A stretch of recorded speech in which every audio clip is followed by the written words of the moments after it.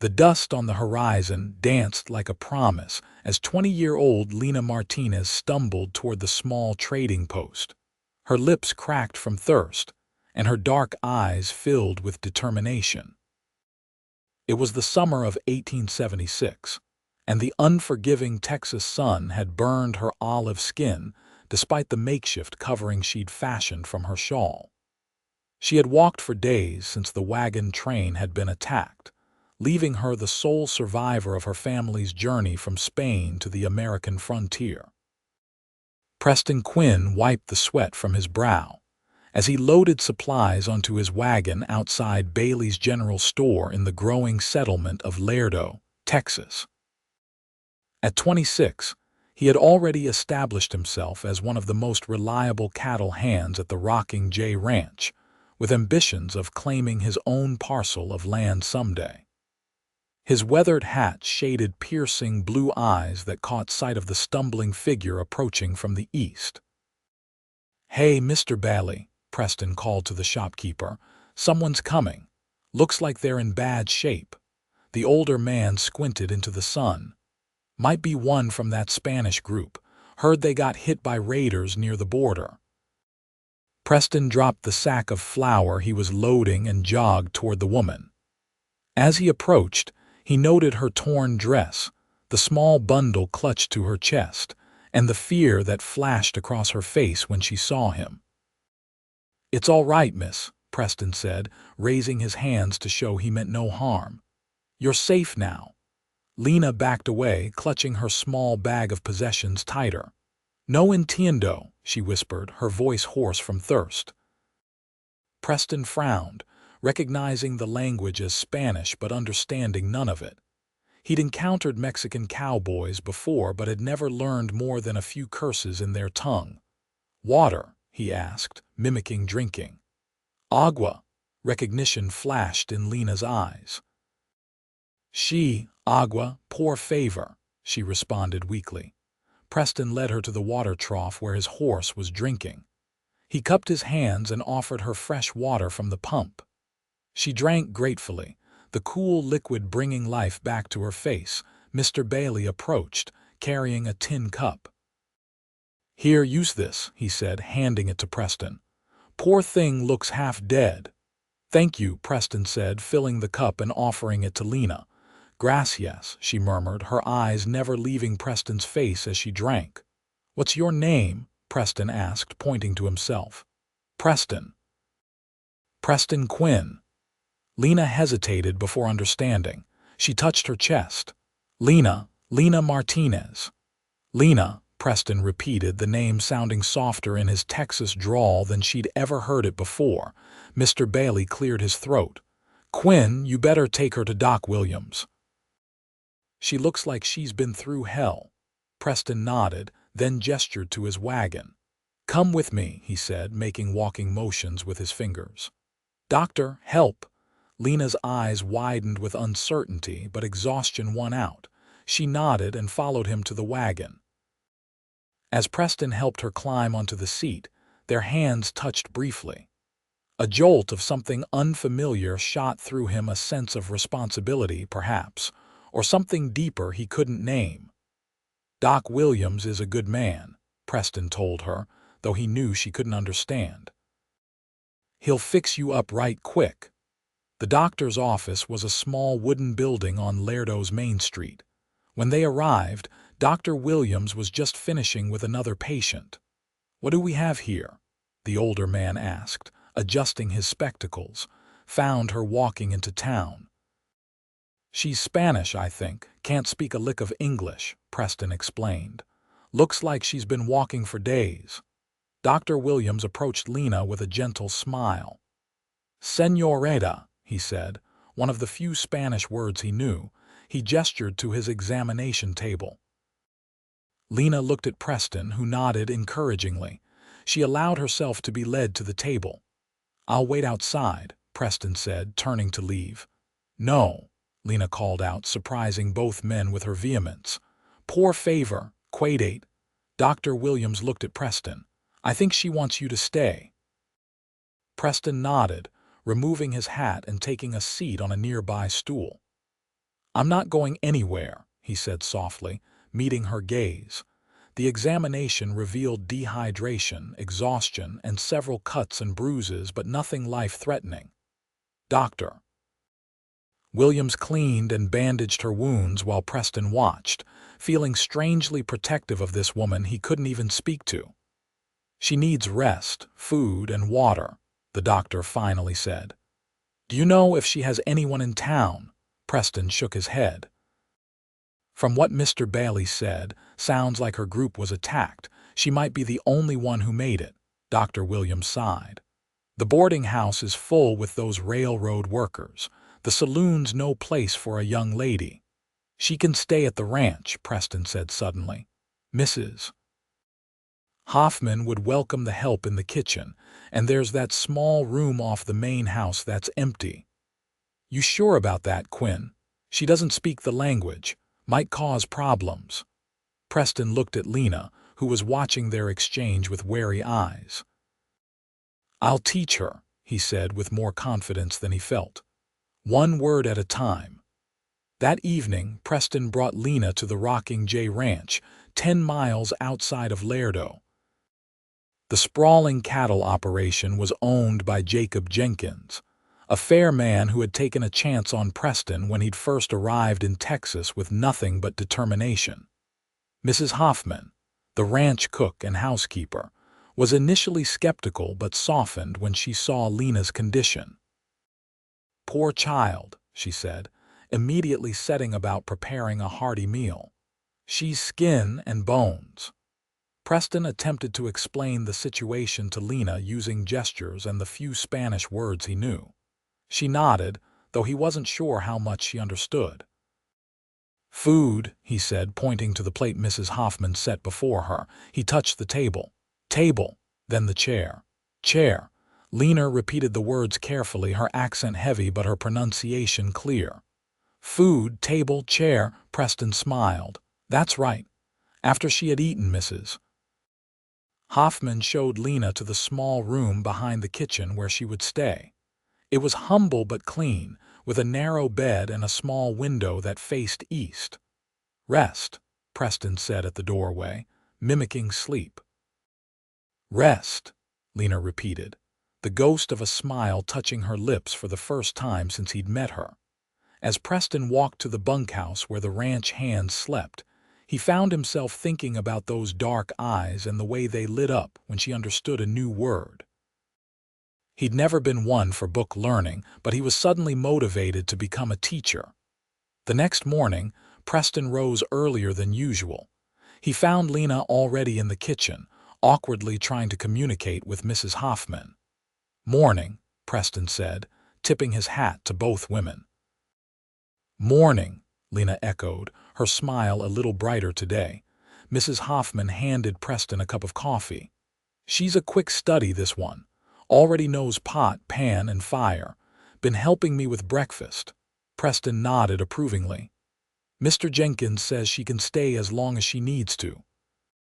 I told him I'd help her learn English." "And how do you plan to do that?"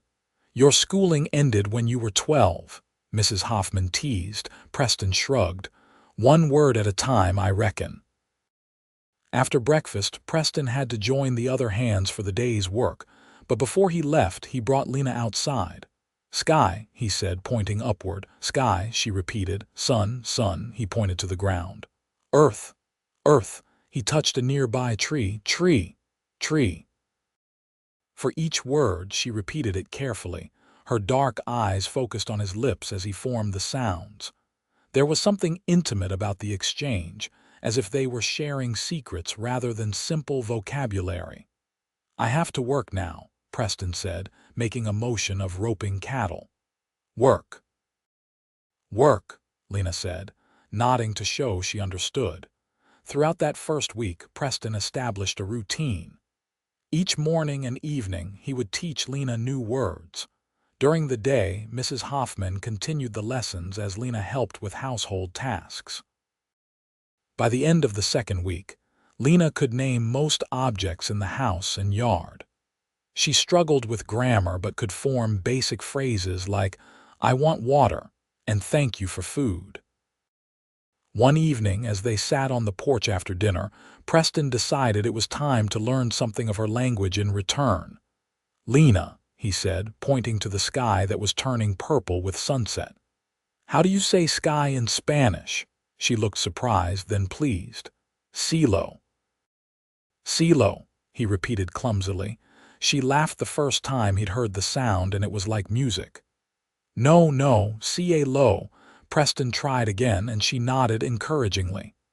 "Cielo," he said, getting it closer this time. They continued, with Lena teaching him the Spanish words for the same objects he'd taught her in English. The sunset, Atardecer. The porch, porch. The chair they sat on, silla. As darkness fell, Mrs. Hoffman called them inside. "Getting too cool to be out, and the mosquitoes will eat you alive." Preston stood, offering Lena his hand without thinking.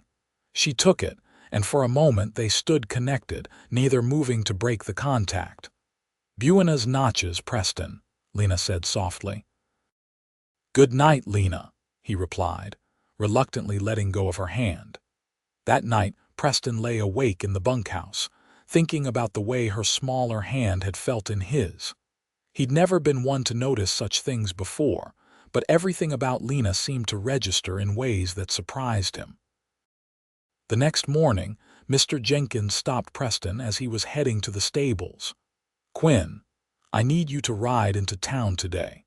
Got a telegram saying the cattle buyer will be coming through earlier than expected. Need supplies for the extra hands we'll bring on for the drive." Preston nodded. "Yes, sir. I was hoping to take Lena along, if that's all right. She hasn't been off the ranch since she got here, and I thought seeing more of Laredo might help with her English." Jenkins considered this. "Not a bad idea. Mrs. Hoffman mentioned she's been a good help around the house. Get her some proper clothes while you're there. Put it on the ranch account." "Thank you, sir," Preston said, genuinely grateful. When he told Lena about the trip to town, her face lit up. "Laredo, vamos a Laredo."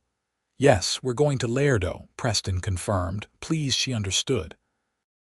They set out after breakfast, the June morning still cool enough for comfortable travel. Preston found himself pointing out landmarks and naming everything they passed, from birds to cacti to the distant mesas. Lena absorbed it all, occasionally offering the Spanish equivalent.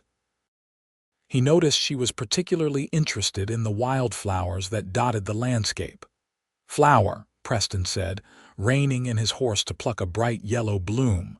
"Flower," Lena repeated as he handed it to her. "In Spanish, flor."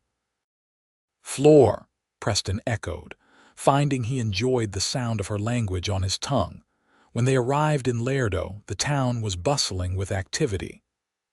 Lena's eyes widened at the sight of so many people after the relative isolation of the ranch. "Stay close," Preston said, helping her down from the wagon. "Cerca," he added, using one of the Spanish words he'd learned. Lena nodded, moving closer to him as they navigated the crowded street.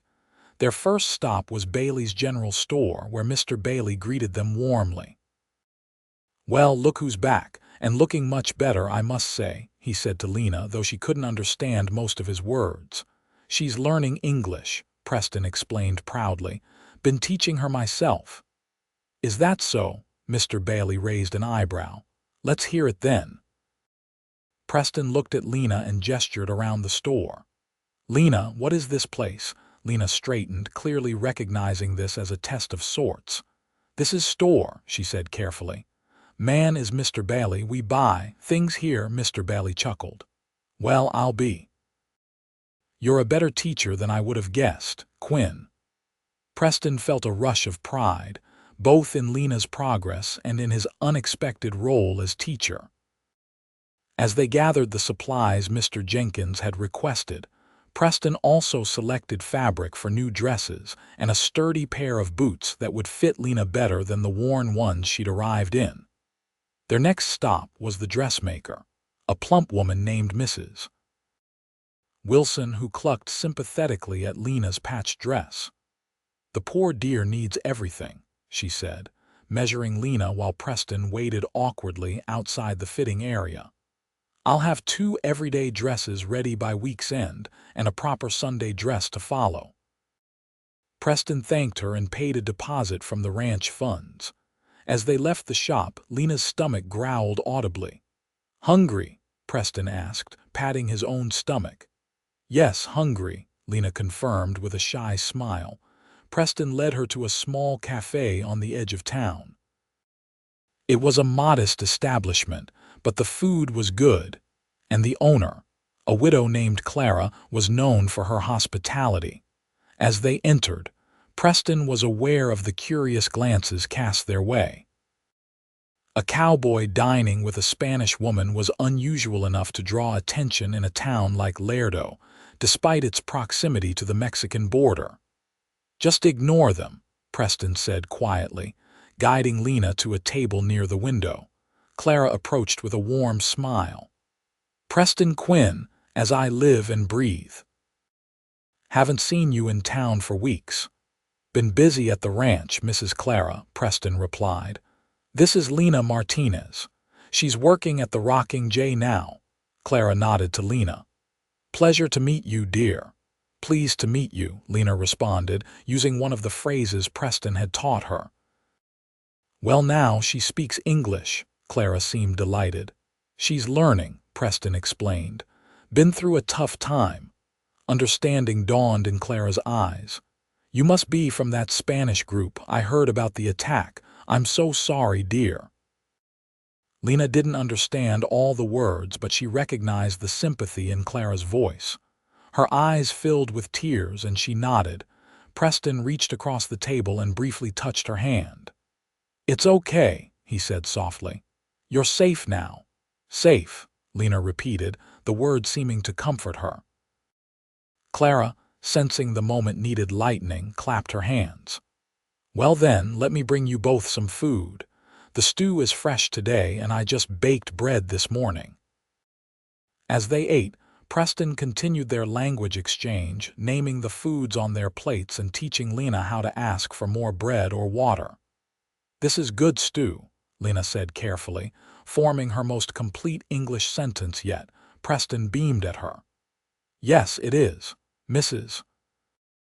Clara makes the best stew in Texas." "Texas," Lena repeated.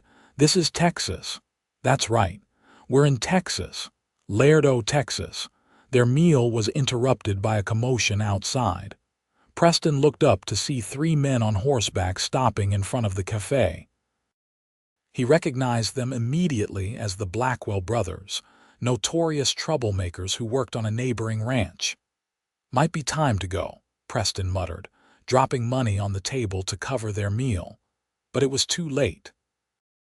The door burst open, and the eldest Blackwell brother, Raymond, swaggered in, followed by his siblings. "Well, if it ain't Preston Quinn," Raymond drawled, his eyes landing on Lena with unwelcome interest. "And who's this pretty senorita?" Preston stood, placing himself between Raymond and Lena. "We were just leaving Blackwell." Raymond stepped closer. "Don't be rude, Quinn. Introduce us to your friend." Preston could smell the whiskey on the man's breath despite the early hour. "This is Miss Martinez. She works for Mr. Jenkins. Now, if you'll excuse us." "Mexican, eh?"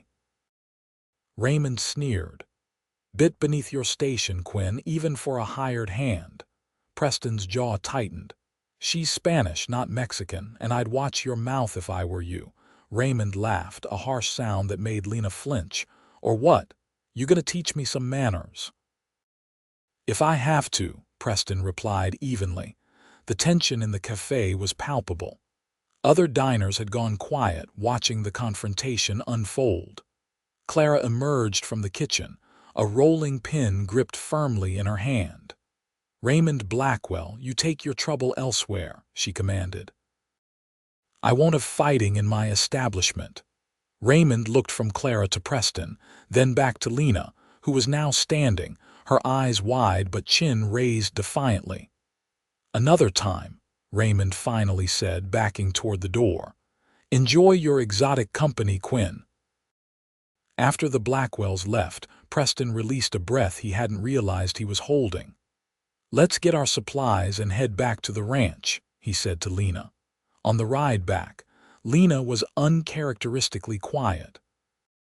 Preston worried that the encounter had frightened her or, worse, made her feel unwelcome in Laredo.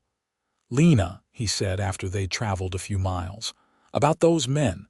She looked at him, her expression serious. "Bad men." "Yes," Preston agreed. "Bad men, but not everyone is like them. Most people in Laredo are good." Lena seemed to consider this, then placed her hand on his arm. "You are good man, Preston Quinn." The simple statement, delivered in her halting English, touched him more than any elaborate compliment ever had. "Thank you," he said softly. "You're a good woman." Lena Martinez. The summer heat intensified as June turned to July. The ranch was busy preparing for the cattle drive that would take place in August, and Preston found himself working from dawn until dusk most days. Despite his exhaustion, he continued Lena's English lessons in the evenings. They would sit on the porch steps after dinner, naming constellations as they appeared in the darkening sky, or discussing the events of the day in a mix of simple English and the Spanish phrases Preston was slowly acquiring. Lena's progress was remarkable.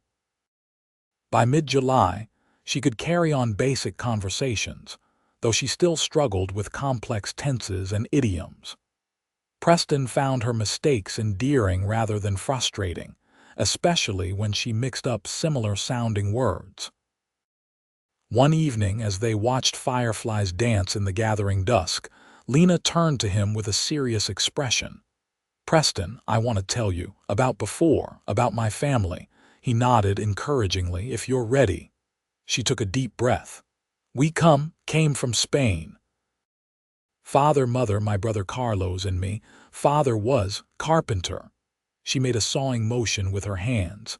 "We come for new life in America." "A fresh start," Preston supplied. "Yes, fresh start. We join group traveling to Texas, many families, all Spanish." Her voice faltered. "Then bad men come. Raiders, they take everything, kill everyone." Preston's heart ached for her. "How did you survive?" "I was gathering wood," Lena explained, her eyes distant with the memory. "Away from wagons, I hide when I hear shooting. When bad men leave, I go back. Everyone dead." "My family." Tears spilled down her cheeks. Preston hesitated, then put his arm around her shoulders. "I'm so sorry, Lena." She leaned against him, accepting the comfort he offered. "I take what I can carry and walk. Many days walking. Then I find Laredo, I find you." "You're incredibly brave," Preston said, his voice rough with emotion. "Not brave," Lena whispered. "Scared, always scared, until now." Preston's arm tightened around her. "You're not alone anymore. You have a place here with us." He had almost said with me, but caught himself. Yet as Lena's head rested against his shoulder, the thought lingered in his mind. In just a few short weeks, this woman had become important to him in ways he couldn't fully explain. The next day, Preston approached Mr. Jenkins about a matter that had been on his mind. "Sir, I was wondering if Lena could receive wages for her work. She's been helping Mrs. Hoffman since she arrived, and she's learned enough English to be useful around the ranch." Jenkins considered this. "Fair point, Quinn. She's earning her keep, that's for sure. Mrs. Hoffman says she's never had a better helper. We'll put her on the payroll starting this week." "Thank you, sir," Preston said, relieved. He wanted Lena to have some independence, some means to build her new life beyond just surviving. When he told Lena that evening, her face lit up. "I have job. Real job with money." "That's right," Preston confirmed. "Mr. Jenkins says you've earned it." Lena suddenly threw her arms around him in an impulsive hug. "Thank you, Preston." Surprised, he returned the embrace, acutely aware of how perfectly she fit against him. When she pulled back, her cheeks were flushed, and Preston found himself wondering what it would be like to kiss her. The thought startled him. He'd known plenty of women before, but none had affected him like Lena. Perhaps it was the unique circumstance of their meeting, or the intense connection formed through teaching her his language while learning bits of hers. Whatever it was, he knew his feelings had grown beyond mere friendship or protectiveness. As July progressed, the ranch became even busier with preparations for the cattle drive. Preston had less time for Lena's lessons, but she continued to improve by conversing with Mrs. Hoffman and occasionally helping at the ranch store, where she interacted with the other hands and visitors. One afternoon, as Preston was repairing a fence in the north pasture, he was surprised to see Lena approaching on foot, carrying a basket. "What are you doing all the way out here?" he called as she drew near.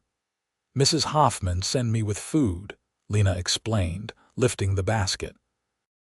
"She say you work too hard, forget to eat." Preston smiled, realizing he was indeed hungry. "That was thoughtful of her." "It was my idea," Lena admitted, setting the basket down in the shade of a lone oak tree. "Come, eat now." They sat together under the tree, sharing the bread, cheese, and cold meat Lena had brought. Preston drank deeply from the jug of water, grateful for the break and the company. "Your English is getting better every day," he observed. "Soon you won't need my lessons anymore." A flash of something like dismay crossed Lena's face. "I still need many words I do not know." "Like what?" She looked around, then pointed to the distant hills. "What is word for those hills or mountains, depending on how tall they are?" "And that?" She pointed to a hawk circling overhead. "That's a hawk, a bird of prey." "Hawk," she repeated, watching its graceful flight. "In Spanish, halcón." "Halcón," Preston echoed, enjoying the way the word rolled off his tongue. Lena smiled, then looked at him curiously. "Preston, why you help me? That first day, why you stop?" The question took him by surprise. He'd never really examined his motivations for helping her. "It was the right thing to do," he said simply. "You needed help." "Many people not stop," Lena pointed out. "Many people not teach English, not find job, not." She hesitated, searching for the right word, not care. Preston looked into her eyes, so earnest and questioning. "I guess I saw something in you that first day, something strong despite everything you'd been through. I admired that." "Admired?" Lena's brow furrowed at the unfamiliar word. "It means I respected you, thought highly of you." Understanding dawned in her eyes, followed by something deeper, more meaningful. "I admire you too, Preston Quinn." The way she said his full name, with her accent softening the hard consonants, made his heart beat faster. They were sitting close, shoulders almost touching, and Preston was acutely aware of her presence, the scent of her hair, the warmth of her skin in the summer heat. Before he could respond, the sound of hooves interrupted the moment. One of the younger ranch hands, Billy Cooper, rode up on a lathered horse. "Quinn, Mr. Jenkins wants all hands back at the main house. Riders spotted a group of rustlers heading our way from the south." Preston stood immediately. "How many?" "Half a dozen, maybe more." "Jenkins is organizing men to head them off before they reach the main herd." Preston turned to Lena, concern evident in his expression. "Go back to the house. Stay with Mrs. Hoffman until we return." Lena gathered the remains of their meal, her movements quick but controlled. "Be careful, Preston." "I will," he promised, already swinging onto his horse. "Lock the doors." As he rode toward the main house with Billy, Preston glanced back to see Lena hurrying across the pasture, basket in hand. A protective surge rose in him, a determination to ensure nothing threatened the ranch or the people on it, especially her. The confrontation with the rustlers was brief, but tense. Mr. Jenkins led 15 armed ranch hands to intercept the group before they could reach the valuable Rocking J herd. When faced with such opposition, the rustlers quickly retreated, firing a few shots as they fled but causing no injuries. By the time Preston returned to the ranch, the sun was setting. He found Lena and Mrs. Hoffman in the kitchen, both looking relieved at the sight of him. "Thank the Lord you're back safe," Mrs. Hoffman said, immediately setting a plate of food before him. "Lena's been worried sick." Lena didn't deny it, her eyes scanning Preston for any sign of injury. "No one hurt, no one hurt," Preston confirmed, suddenly ravenous. They ran off when they saw how many of us there were. As he ate, Lena sat across from him, occasionally refilling his coffee cup or offering more bread. There was something domestic about the scene, something that stirred deep longings Preston hadn't known he harbored. Later, after Mrs. Hoffman had retired for the night, Preston and Lena sat on the porch as had become their custom.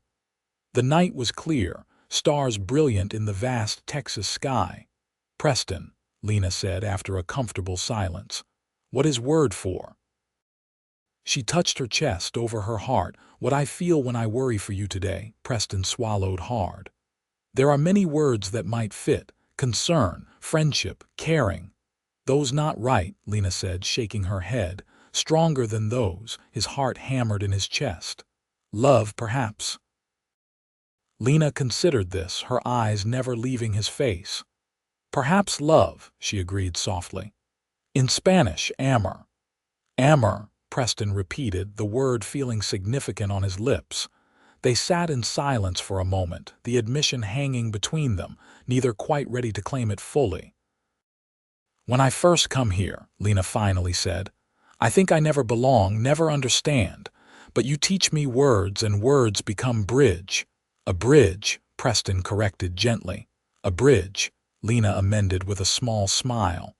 "Between your world and mine." Preston reached for her hand, a gesture that had become more frequent between them. "Our worlds aren't so different, Lena." As his fingers intertwined with hers, he knew he was crossing a line, moving from teacher and protector to something more intimate. When Lena didn't pull away, but instead tightened her grip, he felt a surge of hope. "Lena," he began, uncertain how to express what he was feeling.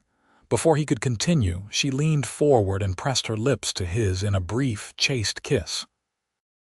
When she pulled back, her eyes were wide, as if surprised by her own boldness. "I'm sorry," she whispered. "I do not know if that is right." Preston touched her cheek gently. "It's right," he assured her. "It feels right to me." This time he kissed her, a tender exploration that deepened as Lena responded with equal fervor. When they finally parted, both were breathless. "I never expected this," Preston admitted. "When I found you that day." "Fate," Lena suggested. "Destino." "Destino," Preston agreed, liking the sound of it. "But we should take things slowly. There's no rush." Lena nodded, though her eyes held a hint of mischief. "Not too slow." Preston laughed, feeling lighter than he had in years. "No, not too slow." As August arrived, bringing with it the start of the cattle drive season, Preston faced a difficult decision. As one of the most experienced hands, he was expected to join the drive to Kansas, a journey that would take at least 2 months. "I could stay behind," he told Mr. Jenkins. "Help maintain things here while the drive is gone." Jenkins shook his head. "Need you with the herd, Quinn. You're one of my best. Besides, we both know why you want to stay, and it ain't about maintaining the ranch." Preston couldn't deny it. "I'm worried about leaving Lena. She's still adjusting, still learning. She'll be fine. Mrs. Hoffman thinks the world of her, and the hands who stay behind know better than to bother her." Jenkins clapped Preston on the shoulder. 2 months will pass before you know it." Telling Lena about the cattle drive was harder than Preston had anticipated. They had grown increasingly close since that first kiss, spending every free moment together. Though they had been careful to maintain propriety, never being alone together indoors and always parting before the hour grew too late, their feelings for each other were obvious to everyone on the ranch. 2 months is long time," Lena said when Preston explained about the drive. They were walking along the creek that ran through the ranch property, the afternoon sun filtering through the cottonwood trees. "I know," Preston agreed, "but it's part of my job. The drive brings in most of the ranch's income for the year." "I understand," Lena said, though her eyes betrayed her sadness. "I will be here when you return." Preston stopped walking and turned to face her. "Lena, there's something I want to ask you before I go." She looked at him expectantly, a breeze lifting tendrils of her dark hair. Preston took both her hands in his. "When I return from the drive, would you consider marrying me?" Lena's eyes widened. "Marry? You want to marry me?" "More than anything," Preston admitted. "These past months teaching you English, learning Spanish from you. I've never felt this way about anyone. I love you, Lena Martinez." Tears filled Lena's eyes, but her smile was radiant. "I love you too, Preston Quinn. Yes, I will marry you when you return." Preston pulled her into his arms, kissing her with all the passion he'd been restraining. She responded eagerly, her body fitting perfectly against his. "I'll speak to Reverend Johnson before I leave," Preston said when they finally parted. "Make arrangements for when I return." The day of departure came too quickly. The ranch was a flurry of activity as the men prepared to move 3,000 head of cattle north to the railhead in Kansas. Preston had precious little time with Lena that morning, just a few moments in the pre-dawn light as the hands gathered for the journey. "I'll write when I can," he promised, holding her hands tightly. "Have Mrs. Hoffman read the letters to you." "I will write too," Lena said. "My writing is not good, but I practice." Preston kissed her one last time, mindful of the other ranch hands nearby. 2 months, he whispered. "Then we start our life together." As Preston rode away with the herd, he looked back to see Lena standing on the porch, her hand raised in farewell. The image stayed with him as the long journey began. The cattle drive was grueling work, as it always was. Days began before sunrise and ended well after sunset, with constant vigilance required to keep the herd moving north at a steady pace while preventing stampedes or losses. At night, exhausted from the day's work, Preston would often pull out the small Spanish dictionary he'd purchased before leaving Lerdo. By firelight, he studied new words and phrases, determined to surprise Lena with improved Spanish when he returned. The other hands noticed, of course, and the good-natured teasing was relentless. "Quinn's gone sweet on that Spanish gal," one would say, learning her lingo to whisper sweet nothings. Another would add with a laugh. Preston took it in stride. "Mock all you want, but at least I'll have a pretty wife waiting for me back home. What do you fellas have to look forward to? Another night at the saloon spending your wages on whiskey and cards. That usually silenced them, at least temporarily." Halfway through the drive, a letter from Lena caught up with them when they crossed paths with a mail carrier heading south. Preston tore it open eagerly, finding several pages covered in careful, childlike handwriting. "Dear Preston," it began, "I hope this letter finds you well. Mrs. Hoffman is helping me with difficult words, but I try to write myself." The letter continued with news of the ranch. A new foal had been born. Mrs. Hoffman was teaching her to make apple pie, and she was now helping in the vegetable garden. There was a charming description of a rainstorm that had cooled the August heat, and how she had danced in the puddles afterward, much to Mrs. Hoffman's amusement. The final paragraph made Preston's heart swell. "I miss you every day. I learn new English words to tell you when you come home. I also learn to make biscuits, your favorite. Mrs. Hoffman says I am a quick learner. I count days until you return and we become husband and wife. With all my love, Lena." Preston read the letter multiple times before carefully folding it and placing it in his saddlebag. The thought of returning to Lena, of making a life with her, drove him through the remainder of the grueling journey. The cattle drive reached the Kansas railhead in early October, a week ahead of schedule thanks to good weather and minimal complications. After the herd was sold and the paperwork completed, Mr. Jenkins gathered the hands. "Good work, men. We got a fair price, better than last year. There's a bonus for each of you." He handed out envelopes containing each man's pay. "Rest up for a couple of days, then we head back to Texas." The return journey would be faster without the cattle to drive, though still a long ride. Preston was impatient to begin, but the horses needed rest after the arduous drive north. While waiting in the bustling railroad town, Preston visited a jeweler and purchased a simple gold band for Lena. It was modest, his savings were still small, but he selected it with care, having it inscribed inside with their initials and the date they had met. The ride back to Texas seemed to take forever, despite moving at twice the pace of the northward journey. When they finally crossed back into Texas, Preston's anticipation grew with each passing mile. Then, just 3 days from the ranch, disaster struck. As they were crossing a river swollen from recent rains, Preston's horse lost its footing on the slippery riverbed. Horse and rider were swept downstream in the churning water.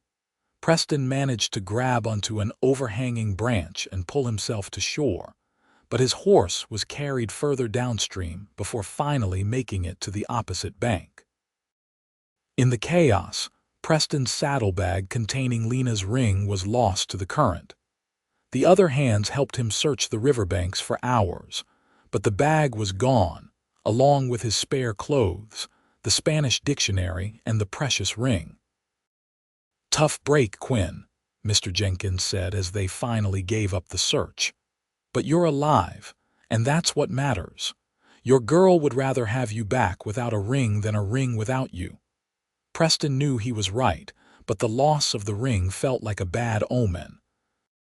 He'd wanted everything to be perfect for his return. It was late afternoon when the riders finally approached the Rocking J Ranch.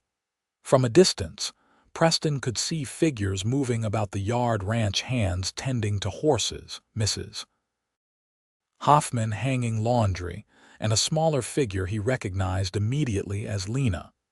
He urged his borrowed horse forward, outpacing the rest of the returning party in his eagerness. As he drew closer, Lena looked up, shading her eyes against the sun. When she recognized him, she dropped the basket of laundry she was holding and ran toward him. Preston dismounted just in time to catch Lena as she threw herself into his arms. He lifted her off her feet, spinning her around as she laughed and cried at the same time. "You're back," she exclaimed in English far more fluid than when he'd left. "I missed you so much." "I missed you too," Preston said, setting her down but keeping his arms around her. "You sound different. Your English has improved," Lena nodded proudly. "I practice every day, Mrs. Hoffman and Reverend Johnson help me, and I read books." Preston kissed her, not caring who was watching. When they parted, both were breathless. "There's so much to tell you," Lena said, taking his hand and leading him toward the house. "So many things happen while you gone." "Gone," Preston corrected automatically, then laughed. "Sorry, I can't help myself." "While you were gone," Lena amended with a smile. "Teacher still, even after 2 months away." As they reached the porch, Preston's expression grew serious. "Lena, I need to tell you something. I had a ring for you, a wedding ring, but there was an accident at the river crossing. My saddlebag was lost with the ring inside." Lena's face fell momentarily, then brightened. "Ring is just thing. You are here safe. That is what matters." Her response only confirmed what Preston already knew, that he'd found a woman of rare understanding and grace. "We can still get married," he assured her. "I'll get another ring as soon as possible." "Actually," Lena said with a mysterious smile, "I have surprise for you too." She reached into the pocket of her apron and pulled out a small cloth bag. "Open," she encouraged, Puzzled, Preston untied the drawstring and tipped the contents into his palm. There, gleaming in the late afternoon sun, was a simple gold band. "How?" he began, astonished. "I save money from wages," Lena explained. "Mrs. Hoffman take me to Lerdo last week. I buy for you for wedding." Preston was speechless. In his culture, it wasn't traditional for the bride to provide the groom's ring, but the gesture touched him deeply. "It's perfect," he finally said, closing his fingers around the ring. "You're perfect." "Not perfect," Lena contradicted with a laugh. "But perfect for you, maybe." "Definitely perfect for me," Preston agreed, pulling her close for another kiss. The following Sunday, with the entire ranch in attendance, Preston Quinn and Lena Martinez were married in the small church in Lerdo. Reverend Johnson conducted the ceremony in English, while a visiting priest from the mission in San Antonio repeated the vows in Spanish for Lena's benefit, though she understood most of the English version. Mrs. Hoffman had helped Lena make a simple but beautiful white dress, and Mr. Jenkins had given Preston time off to build a small cabin on a corner of the ranch property, the beginning of the home they would share. When Preston placed the new gold ring, purchased in Lerdo with his cattle drive wages, on Lena's finger, and heard her clearly pronounce "I do" in perfect English, he felt a sense of completion unlike anything he'd experienced before. The celebration afterward was a joyous blend of American and Spanish traditions. Mrs. Hoffman had prepared a feast, and one of the Mexican ranch hands played guitar while another taught the Americans traditional Spanish dances. Late in the evening, as lanterns illuminated the ranch yard and the stars shone overhead, Preston and Lena slipped away to their new cabin. It was simple, just 2 rooms with basic furniture, but it was theirs. "Welcome home, Mrs. Quinn," Preston said as he carried her over the threshold. "Home," Lena repeated, the word holding all the significance of their journey together. "Our home." 5 years passed, bringing changes to both the Rocking J Ranch and the Quinn family. Preston had been promoted to foreman, allowing them to expand their cabin into a proper house with a wraparound porch and 3 bedrooms. The extra rooms were necessary, as they now had twin 3-year-old boys, Carlos and James, named for Lena's brother and Preston's father. Lena was expecting their 3rd child in the spring, and both hoped for a daughter this time. Lena's English had become nearly flawless, though she retained a slight accent that Preston found endearing. She had become the unofficial teacher on the ranch, holding evening classes for the Mexican hands who wanted to learn English and for Americans interested in Spanish. Their bilingual household was unusual in 1881 Texas, but it suited them perfectly. The twins were growing up speaking both languages with equal facility, switching between them as naturally as breathing. On the 5th anniversary of their wedding, Preston surprised Lena with a special gift, a journal he had kept since they met, documenting the words they had taught each other. The first entry, dated June 1876, simply read, "Agua, water.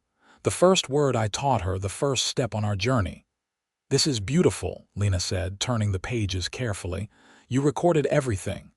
"Not everything," Preston admitted with a smile. "Some things were too precious for words." As they sat on their porch that evening, watching the sunset paint the Texas sky in brilliant oranges and purples, their sons played nearby, their chatter a delightful mix of English and Spanish. "Did you ever imagine this?" Lena asked, her hand resting on her growing belly. "That day when you found me stumbling into town," Preston covered her hand with his. "Never in my wildest dreams. I just wanted to help someone in need." "And now look what you have done," Lena said with a gentle laugh. "Built a bridge between worlds, word by word." "We built it together," Preston corrected. "And we're still building." As if to emphasize his point, Carlos ran up to them, his dark eyes so like his mother's wide with excitement. "Papa, Mama, look what I found." He held up a bright blue feather, his small face alight with wonder. "That's a beautiful feather, Niño," Lena said, examining his treasure. "Do you know what bird it's from?" Carlos scrunched his face in thought. "A blue jay." "That's right," Preston confirmed. "In Spanish, it's Arrendajo azul." "Arrendajo azul," Carlos repeated carefully before running off to show his brother. Lena leaned against Preston's shoulder, contentment radiating from her. "One word at a time," she murmured. "That is how we build everything worth having." Preston kissed the top of her head, marveling at the journey that had brought them here from a desperate meeting on a dusty Texas road to this moment of perfect happiness. "One word at a time," he agreed, "and we have a lifetime of words ahead of us." As the first stars appeared in the darkening sky, they sat in comfortable silence, the language of love needing no translation between them. The distant laughter of their children, the gentle stirring of their unborn child, and the warmth of each other's presence spoke more eloquently than any words ever could. In the years that followed, the Quinn family continued to grow and flourish. Their third child was indeed a daughter, whom they named Alina after Lena's mother. 2 years later, another son joined the family, completing their household with joyful chaos. By the time Preston turned 40, he had saved enough to purchase his own land adjacent to the rocking J. Mr. Jenkins, now elderly but still sharp, helped finance the rest, recognizing Preston's worth as a rancher and businessman. The Quinn Ranch became known throughout the region not just for its fine cattle, but as a place where cultures blended harmoniously. Their home was often filled with visitors, Americans, Mexicans, Europeans, all welcome at their table, where conversations flowed in multiple languages and mutual respect was the only requirement. Lena established a small school on their property, teaching the children of ranch hands and neighboring farms. Her ability to move effortlessly between English and Spanish made her uniquely qualified to serve the diverse community that was developing in that corner of Texas. Their children grew up with the best of both worlds: Preston's practical knowledge of ranching and the American West, combined with Lena's rich cultural heritage and old-world wisdom. Each child was bilingual from birth, giving them advantages their parents had worked hard to achieve. One evening, as they approached their 25th wedding anniversary, Preston and Lena sat on the same porch where they had spent so many evenings learning each other's languages. Their children were grown now, Carlos running the day-to-day operations of the ranch, James studying law in Austin, Alina teaching alongside her mother, and young Thomas apprenticing with a master carpenter in Lerdo. "Remember our first lessons?" Preston asked, his hair now streaked with gray but his blue eyes as bright as ever. "You could barely say water and I couldn't pronounce agua to save my life." Lena laughed, the sound still musical after all these years. "You were a patient teacher, more patient than I deserved." "You were a quick study," Preston countered. "Smartest woman I've ever known." "Flatterer," Lena accused without heat, reaching over to take his hand. After 25 years, the gesture still felt as natural as breathing. "Just telling the truth," Preston insisted. "You know, when I look back, I think the language barrier was a blessing in disguise." Lena raised an eyebrow, intrigued. "How so?" "It forced us to really listen to each other, to pay attention to more than just words. We had to read each other's faces, understand intentions, build trust in ways that go beyond language." "That is very philosophical for a cowboy," Lena teased. "I've had a good teacher in that department too," Preston said with a wink. As the sun set on another day in the life they had built together, they sat in comfortable silence, hands intertwined. their story beginning with a desperate meeting, and a simple word had blossomed into a legacy of love, understanding, and bridge building in a time and place where such things were rare. From agua to water, from silo to sky, from amor to love, they had created their own language, a perfect blend of two worlds that had become one. Word by word, day by day, year by year, they had written a story that would be told for generations to come.